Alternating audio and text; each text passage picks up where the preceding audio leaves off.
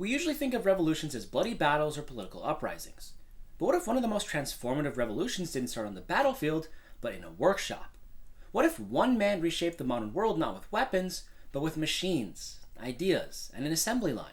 That man was Henry Ford, a mechanic turned industrialist who didn't just build cars, he reinvented how the world worked.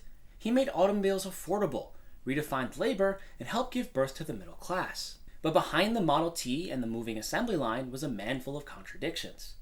So, how did Ford change everything? And what was the cost of his revolution? Let's go. Born in 1863 on a farm in Dearborn, Michigan, Henry Ford grew up in a world of hard work and simple tools. His father, William Ford, expected Henry to take over the family farm. But Henry had no interest in the plow. Instead, he was drawn to movement. So like anything mechanical, like watches and steam engines. And by the time he was a teenager, Ford had gained a reputation in his small town as someone who could fix just about anything. He spent hours taking apart and reassembling small machines and teaching himself how they worked. And in 1879, he left the farm for Detroit, taking an apprenticeship at a machine shop. He worked for several firms, learning how engines and gears and systems came together and absorbing everything like a sponge. By the 1890s, he was employed as chief engineer at the Edison Illumination Company. Now his work gave him enough money and freedom to tinker on the side, and by 1896, that tinkering had led to something historic. In a small brick shed behind his home, Ford built his first gas-powered car, the quadricycle. It was made of bicycle wheels, had a 2-cylinder engine, no roof, no reverse gear, and a tiller instead of a steering wheel. It looked like a science experiment, but it worked. And for Ford, that changed everything. Because at the time, automobiles were a novelty, owned only by the wealthy. They were custom built, expensive, and notoriously unreliable. The average car cost about $2,000. That's about $65,000 today. And most Americans had never ever seen one up close. But Henry Ford wanted to change that. Finally, in 1903, with the backing from a group of investors, including the Dodge brothers, Ford launched the Ford Motor Company. Now let me be clear. Ford was not the first person to make a car, nor was he the first person to make a car in Detroit. But what he did have was a radical vision. That cars should not be a plaything for the rich, but a tool for the working man. In 1908, after years of hard work, Ford eventually unveiled the car that would change the world, the Model T. The Model T had a 4-cylinder engine, reached speeds of up to 45 miles an hour, and ran on gasoline or ethanol, depending on availability. It was rugged, easy to maintain, and could handle the rough, muddy roads of rural America. And its starting price? $850, a fraction of what the other cars cost. But Ford wasn't done. As demand surged, he focused not on building fancier cars, but on building them faster and cheaper. In 1910, Ford moved production to a new plant in Highland Park, Michigan, and over the next few years, his real innovation would take shape. In 1913, Ford introduced the moving assembly line, a system inspired by meatpacking plants where carcasses would move along a rail and workers stood in place doing one task. He flipped the script on industrial production. Instead of workers moving to the car moved to the workers. Each worker performed a single, specialized task over and over and over again. Now yes, at first many found it monotonous and exhausting, but the result was revolutionary. A car that once took 12 hours to build now just took 90 minutes. And as productivity soared, prices dropped. By 1916, the Model T sold for $360, and by 1925, it was under $300. Ford passed these savings directly to the customer, not to increase profits, but to expand access. And by that point, over half the cars on Earth were Model Ts. The car had gone from a luxury for the elite to a tool for the everyman, giving people unprecedented freedom of movement, transforming cities, and quite literally reshaping the American landscape. Paved roads, roadside diners, gas stations, suburbs, they all followed the Model T. It wasn't just a car. It was a revolution on 4 wheels. By 1914, the Model T was already transforming America. But inside Ford's factories, it was a different story. While the assembly line revolutionized production, it also made the work exhausting and soul-crushing. Repetitive tasks, long hours, and loud, dangerous conditions. The turnover was staggering. Some plants were losing over 300% of their workforce every year, meaning Ford had to hire 3 new workers to fill one position. Then Ford did something no one saw coming. He doubled the average wage from $2.34 to $5 a day. He cut the workday from 9 hours to 8 hours, and he introduced 3 shifts, running the factory around the clock. Now the world was stunned. Newspapers called it reckless, and other businessmen said he was throwing away money. But Ford wasn't running a charity. He was making a strategic play.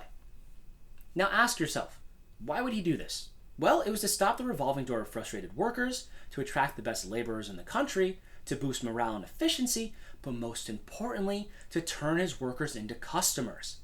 Ford understood something that few industrialists at the time did. If workers were paid well, they could afford the very products they were building.